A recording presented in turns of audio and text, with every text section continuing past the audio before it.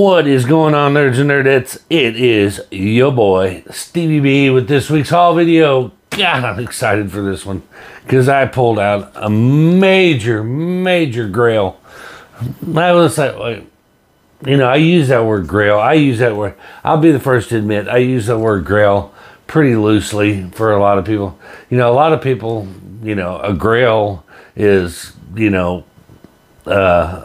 Amazing Fantasy 15, Action Comics #1, Detective 27, Showcase 22.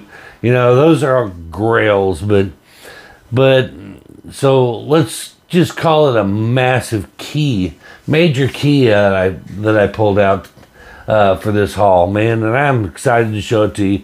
But we're not going to of course, it's not going to be the first book off the top. We got to go through the other hauls, which I got a bunch of. And no Midtown stuff. No Midtown stuff today because, President's Day. So, no mail. It's not going to come till tomorrow.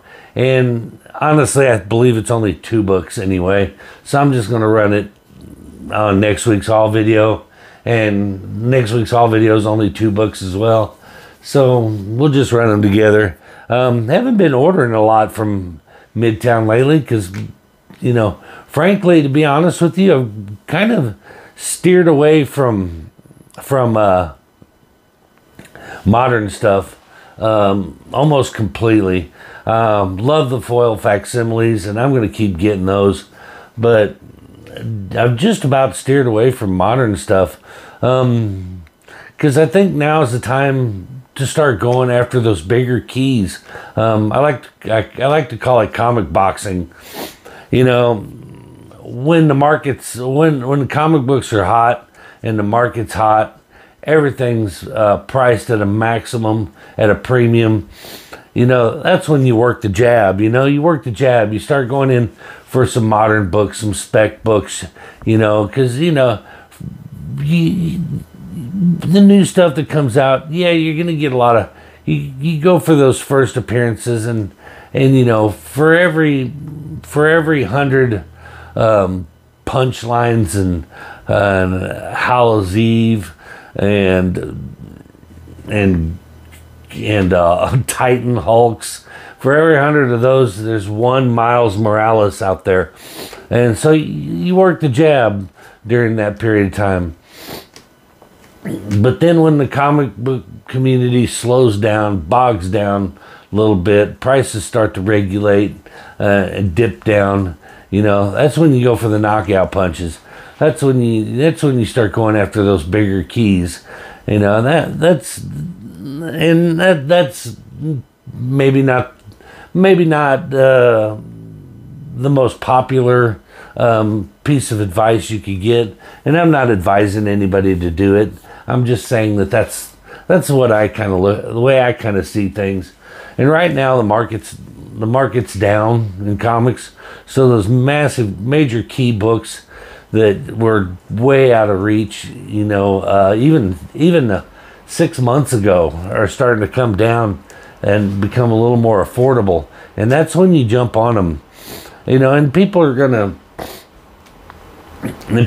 ditch those keys. Everybody's gonna run, and right now everybody's gonna start dumping ASM 210s. They're gonna start dumping them. Madam Web, because the movie sucked. Everybody's saying how bad the movie was, and it's a flop. The movie's gonna be a flop. I haven't watched it yet. I'm going to watch it because I don't listen to what other people do. They don't dictate what I watch and what I don't watch, and I'll make up my own mind. But people are dumping the ASM 210s, and I don't think that's a mistake. It's crazy. Yeah, they were inflated for movie hype, but that doesn't change the fact that it's a huge key. Take, for instance, ASM 361. When Venom 2 came out and Carnage wasn't the big success everybody thought it was going to be, that book plummeted. It absolutely plummeted, and people just started dumping them, and like stock. stock starts to drop and everybody panics and they dump all their stock. They did the same thing with 361, and right now you can still pick up a raw copy of 361 for well under $100 now. I think it's a mistake to dump those books, because no matter how bad a movie is or how good a movie is, it doesn't change the fact that the first appearance, Carnage, is a major key book, and it's one to keep in your collection. So what if it leveled out because the movie hype fizzled? Doesn't mean you should dump them. That's when you pick them up, man. And I've got a copy of it. It's not a near mint copy, but I'll probably pick up another one. I'll probably keep getting them. Same with the ASM 210s, Madam Web. The bottom's going to fall out of them.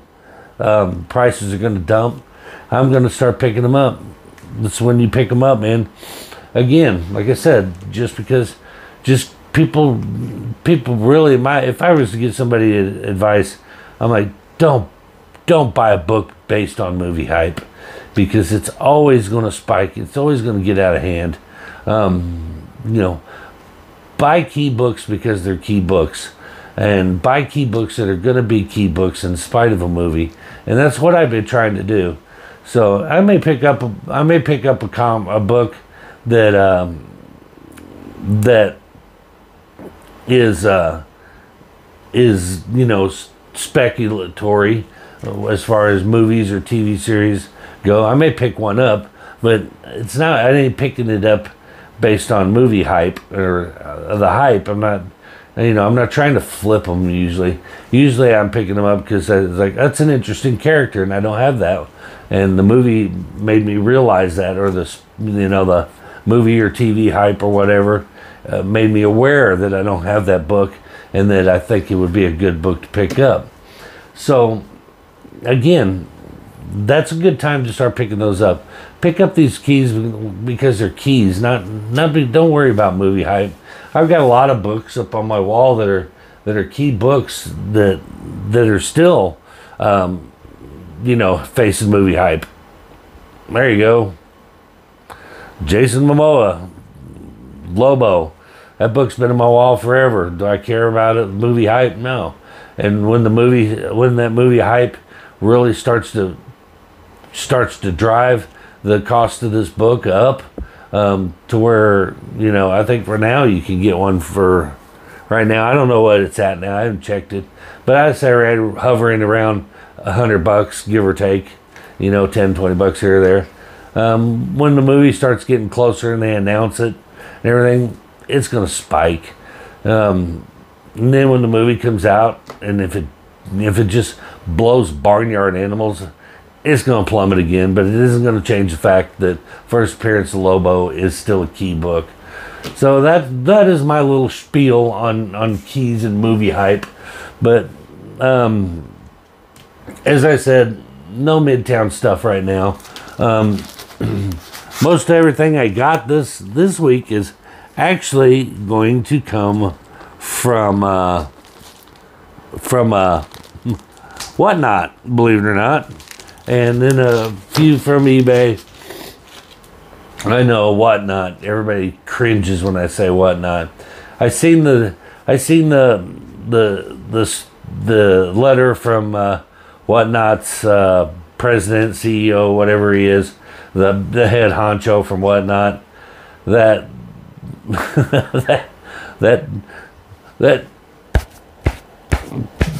big long pat on the back they gave themselves for all their accomplishments and all their future accomplishments out there, but not a single word about how bad they screwed the pooch and what they plan on doing to prevent that. Look, Whatnot's a corporation that I'm not a fan of, okay? Walmart's a corporation I'm not a fan of. Nobody likes Walmart, but we all go to Walmart, okay? So I don't have to like the company to shop from them. I will buy books from Whatnot still occasionally. As a matter of fact, when I finish filming this, I'm probably going to go on there and see what I can find. And here is my tip for Whatnot. Take it in with a grain of salt and take it however you want to. Use it, don't use it. Here's what's going to happen. Here's what it is with Whatnot, okay? You can complain and bitch about Whatnot and Whatnot sellers.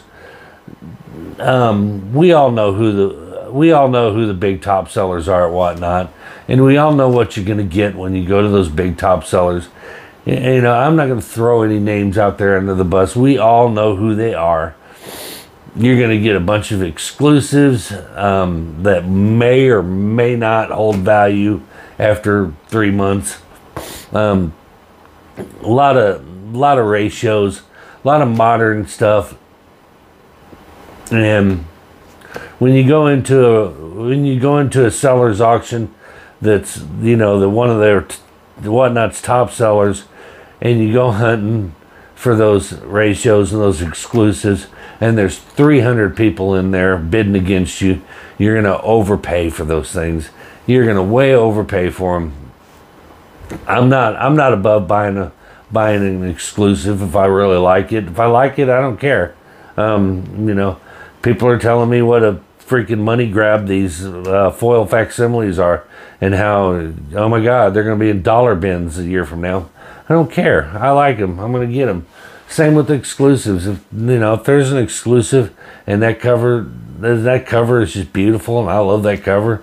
Usually, being honest with you, if I buy an exclusive, that's why I'm buying it. I'm not buying it for the story. I'm buying it for the artwork. I love the artwork. Some of it's fantastic, some of it not so much. But that's what you're buying, is the artwork. And if that's what you're into, go for it. But I would highly suggest, man, be patient.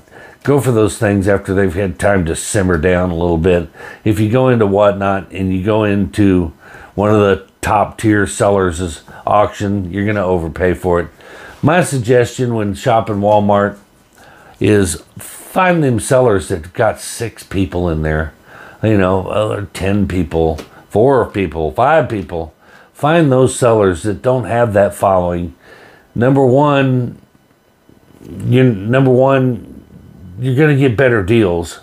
Number 2, you're going to support one of these people that actually probably needs the support and is probably just trying to make a few bucks. Not somebody that's comic book rich, that doesn't need the money. I can assure you that Nerdy Girl does not need your money. She's fine, okay? You're not supporting those people like those. Nothing against Nerdy Girl. She's doing her thing, and at least she's always upfront about what she does, She doesn't pretend to be something she's not, so you got to give her credit for that. But anyway,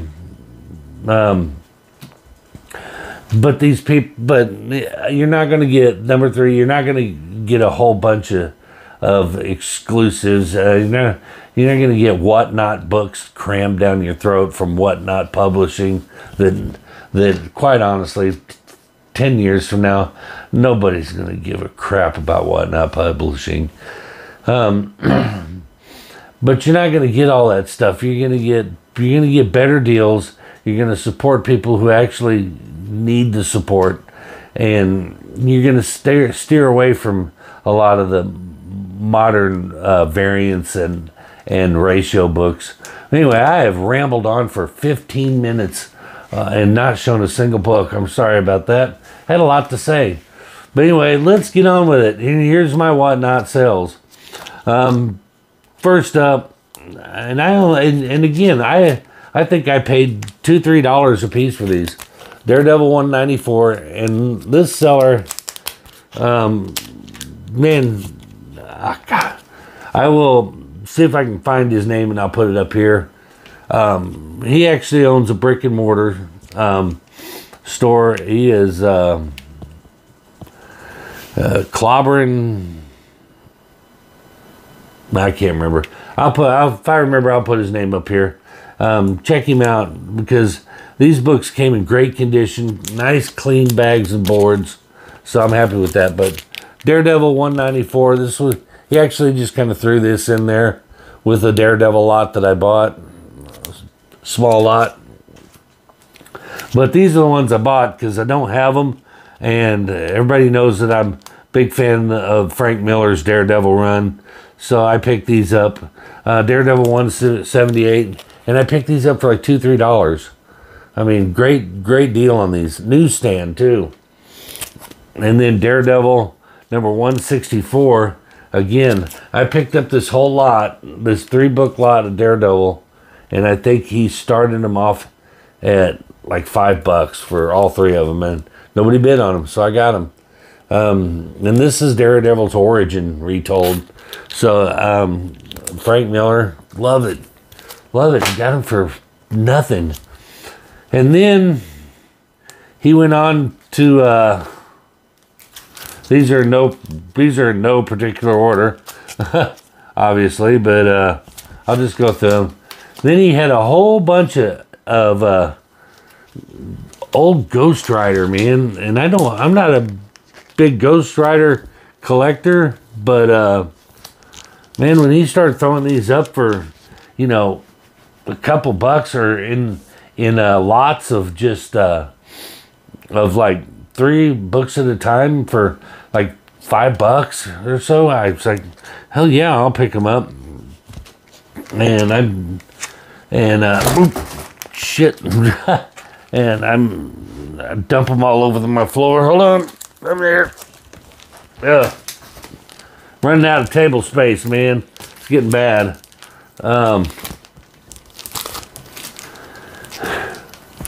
Shit, okay. All right. I'm sorry. Okay, anyway. But I picked up a bunch of Ghost Rider just because, I mean, the price, I couldn't beat the price. I'm trying to get them back in order because I set them on the corner of my table and on my desk here, and I didn't quite get them all the way on there, and they slid off. But anyway, but I got no particular order here. I got Ghost Rider number 34. Again, he was doing these in lots of 3 and was selling them for like $5 to maybe up to $10, but also newsstand. And Ghost Rider number 9. I mean, this has got a $21 price tag on it. I can assure you I didn't pay more than a couple bucks for it. But Ghost Rider number 9. Some early stuff, man. There, get it out of the glare there. But some Ghost Rider number 43. See, still got my sticky note on there. Ghost Rider 44. And these are all newsstands, which I guess back then, you know, it's 1980, so it kind of teetered on that time period where, you know, comic shops were starting to pop up, and, you know, so everything, there was still quite a few books that were almost mostly newsstands anyway, but I pointed out because, well, everybody else points it out. But 53, and these have $10 to $15, $20 price tags on them, and I got them for nothing, man, almost nothing. Like I said, a couple bucks for a piece. But number 58, but I love these covers. Love these covers, man. These are so good. This one's seen better days, but even in this condition, he had a $16 price tag on it. But it's old. It's Ghost Rider number 5. I mean, that's some early stuff there. But beautiful artwork. I mean, all right. And Ghost Rider number 26. Again, I love the old classic covers on these. And these are badass. Badass. Like I said, I think I picked all those Ghost Riders up for less than $10. So, beautiful. Beautiful. All right, now that I dumped all these out, got them all out of, like I had any kind of order. But you know what I mean. But then he also had some Spider-Man. he also had some cool Spider-Man, and you know, and I got these for just, $2 or so. But Spectacular Spider-Man number 42. And this one has seen a little better days. It's got some conditions. It's a word I haven't used in a long time, but it's got some conditions there. But this one's pretty nice. Spectacular Spider-Man number 78. It does have a few conditions, but I mean, but love the artwork. Milgram. Love that Milgram artwork. That is just beautiful stuff. Then we got Spectacular. And this is there's not, I probably didn't go through. I was meant to go through these and write down the key factors, because some of those Ghost Riders had little minor keys with them. I know this one does. And then this is Spectacular Spider-Man number 92. And this is the first appearance of the Answer. Love that. Next, we got Amazing Spider-Man number 253. And this is the first appearance of the Rose, Richard Fisk, the son of Kingpin. I have about 4 copies of this thing. I did not intentionally, more incidentally. This one's a newsstand, but I think Richard Fisk is going to end up in the Daredevil rebirth or reborn series when it comes out.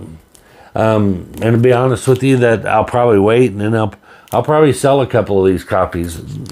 This one, isn't near mint by any stretch of the imagination. Probably maybe 8.5. But all right, but that one more from Whatnot, and I probably paid more for this than I should have. Somebody bid against me on this one, even though they showed no interest in it when he was showing it until I asked about it. And he said he'd sell it to me for 30, and I was say I'm a buyer at 30. Well, he threw it up there for 30, and like a scumbag, somebody started bidding on it. I know it's an auction. It's kind of an unwritten code, though. When nobody's interested in it, and you say, "Hey, if you throw it up there, I'll take it for 30," and then you bid against that person after showing no interest in it. It's kind of a douchebag thing to do. But at any rate, I ended up, I think, paying 40 for it. But it's a Justice Society of America number 69, and it's the arguably one of them again. First appearance of the Huntress. It came out the same exact time as the one that's getting credited as the first full appearance. They were released on the same day. So, I guess it's a tie for the first appearance. They consider this one the cameo. I think she's only got one panel with dialogue or something, but still cool key. And it's in excellent shape. It's really great shape. So I ain't mad. I ain't mad that I kind of overpaid a little bit. Let me get a drink.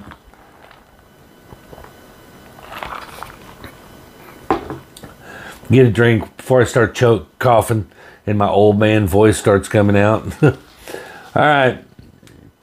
And then one that's all from Whatnot. And then I got one eBay pickup and one purchase from my boy Jason Todd, and that's the big one you've been waiting for. But this one, you're gonna laugh. I picked this up.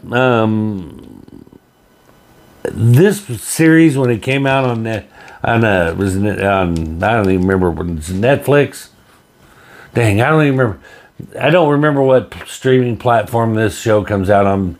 And I'll tell you why. It's because I don't have any of the streaming platforms. I don't have Netflix. I don't have Hulu or Disney Plus or any. I don't have Paramount. I don't have any of the streaming services. I watch them. I download, or not download. Download's the wrong term because that would be illegal. But I stream them from a different platform for free and watch them. But when this series first came out, I kind of crucified it because I was expecting one thing and I got another. But then I rewatched it with more of an open mind, and I kind of liked it then. Once I realized, okay, it's supposed to be the way it is, and give it a chance, bigger chance. It was good because I'm immediately, the opening credits of the show just made my eyes roll back in my head so hard it gave me a headache.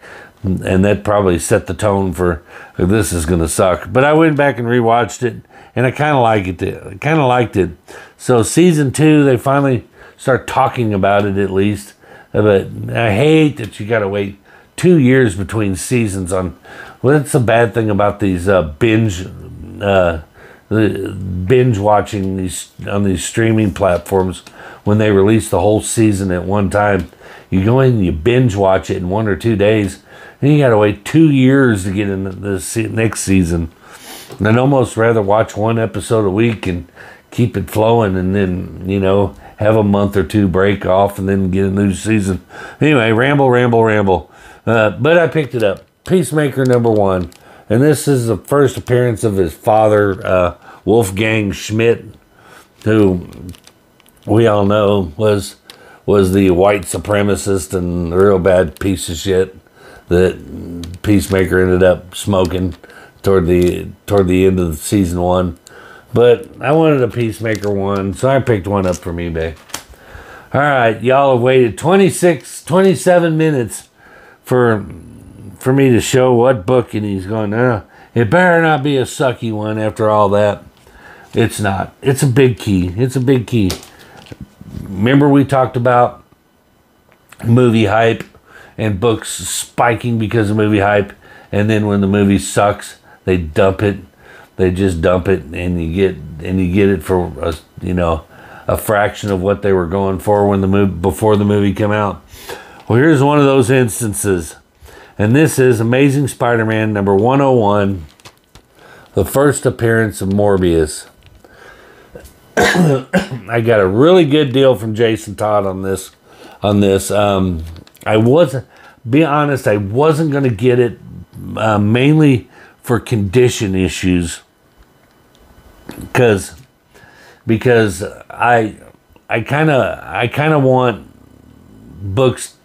I don't really want books to be roached out really bad, and this one's not. It's not roached. It's just, if you look at it on the surface, you see the spine. It's got some ticks, but nothing egregious. And it's got a little corner piece missing there.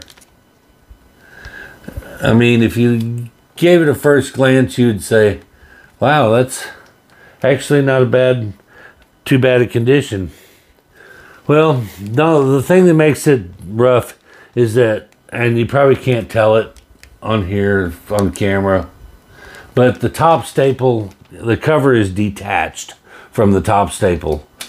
And I almost didn't get it, but the price was justifiable for, even in the condition. I think I picked it up for $60. And I believe that's a fair price for that condition. And more than a fair, I think that's a really good price for that condition. And, I hear you all in my head. When I'm making these decisions. You don't think you influence me, but you do. And all I can hear in my head, low grade is better than no grade. Low grade is better than no grade. And I'm going, it's a reasonable price for this book. It displays really well. But it does have a top, the cover is separated from the top staple. Before y'all ask, no, not Mark Jewelers, and no, not American Jewelry Company or whatever the other. Doesn't have the inserts in that make this thing an astronomically expensive book. But in this condition, I'd say $60 is still a really, really good deal. So I was happy to pick it up. Again, like I said, that's such a gorgeous cover. And I think you can, I mean, a near mint, I mean, not a near mint even, but a really clean copy of that thing still goes for about $300 or $400, even after movie hype. And low grade ones are still going, you know, for triple digits, some of them. But I thought $60 was a really good deal.